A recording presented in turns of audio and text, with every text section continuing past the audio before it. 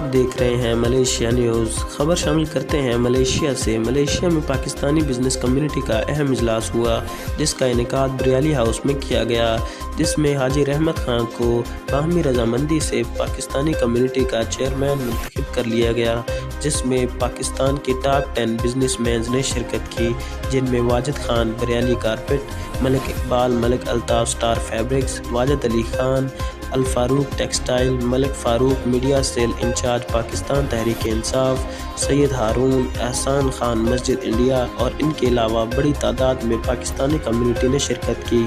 Malaysia news سے خصوصی بات چیت کرتے ہوئے حاجی رحمت خان کا کہنا تھا کہ کمیونٹی کے لیے جس طرح پہلے کام کرتا تھا اب بھی اسی طرح دن رات کام کرنے کے لیے حاضر ہوں۔ جس طرح کمیونٹی نے میرے اوپر اعتماد کا اظہار کیا ہے، میں ان کا تہہ دل سے شکریہ ادا کرتا ہوں۔ رپورٹ سفیان سندھو، کوالالمپور، ملیشیا۔